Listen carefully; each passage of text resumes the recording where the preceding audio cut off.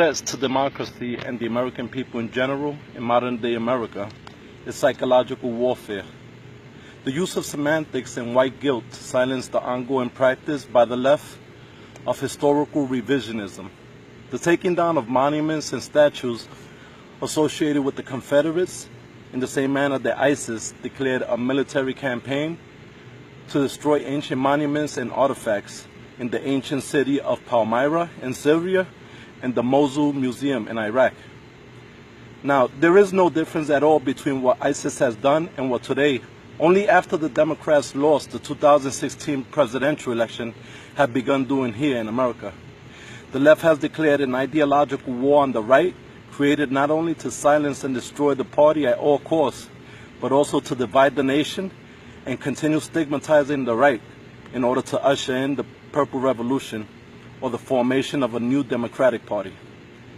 On 2016, the neo-progressives, lefts, liberals, Democrats, Black Lives Matter, Women's March, and advocates of open border policies and pro-refugee programs all simultaneously were activated to promote a narrative about the right that never existed before the 2016 presidential election.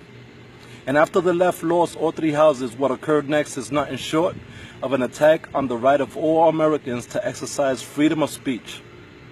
Now, in December of 2016, Barack Obama signed something called the Counter-Disinformation and Propaganda Act, which in essence allows certain branches of government to utilize the mainstream media, social sites, and other public means of communication and interaction to circulate propaganda in order to, according to them, counter disinformation that's already being circulated here in America by foreign adversaries.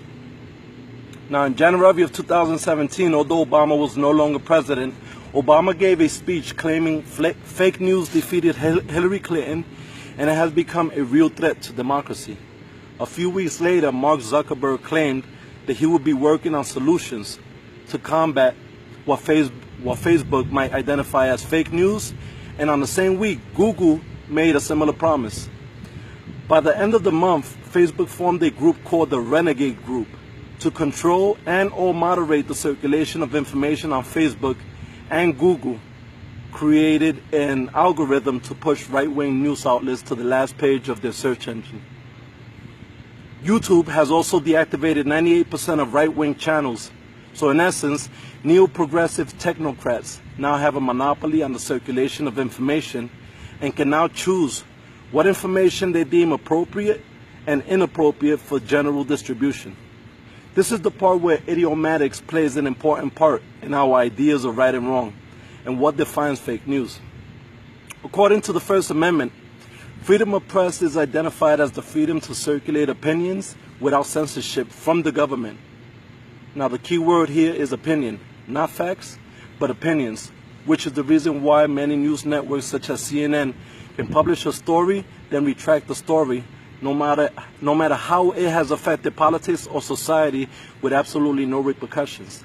Today, the mainstream media is used to give one-sided stories, so now the Confederates fighting to preserve the history of their forefathers are labeled as white racists and bigots, while the aggressive left is painted as the people championing for equality, while reflecting the clear characteristic traits associated with fascists who utilize violence against nonviolent nationalists whose only apparent grievance is to stop the onslaught against history by removing monuments that were never an issue till the Democrats lost all three houses in 2016 and began an unending campaign of political histrionics to stigmatize the right as racist, bigots, and homophobic xenophobes in order to discourage anyone from the right from voicing their opinions, even though throughout the elections the right was viciously attacked and the media remained silent and no condemnation was ever heard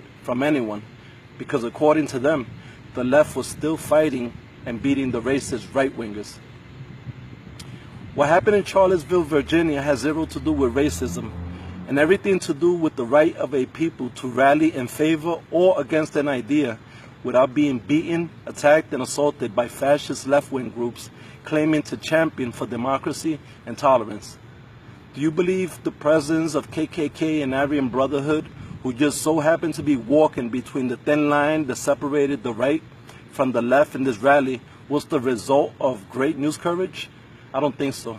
This was pre-calculated by the left in order to continue stigmatizing the right and anyone who stands against their removal of historical monuments by effectively fanning the flames of racial tension, and through the use of the mainstream media, continue to correlate racism not only with the right, but with the only outsider who took on the globalist elite while the rest of these cowardly politicians sold us out. Donald Trump is the man. Conclusively, I'm going to ask you a very logical question.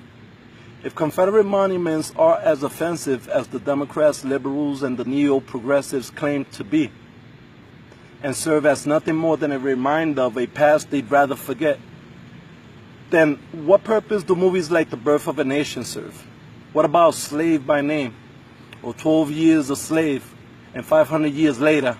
How far will the left go to erase, revise, and practice denialism till eventually the people snap, and it all leads to the persecution of people based not on color, but instead on their ideological views?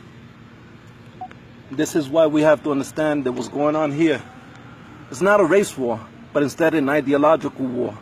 One that has been declared on us by utilizing the MSM and their monopoly on the circulation of information to psychologically coerce us and manipulate us and have us going against one another. Sorry about that. With that being stated, everybody, stay safe, stay informed. La Maga, let's all make America great again. One topic at a time.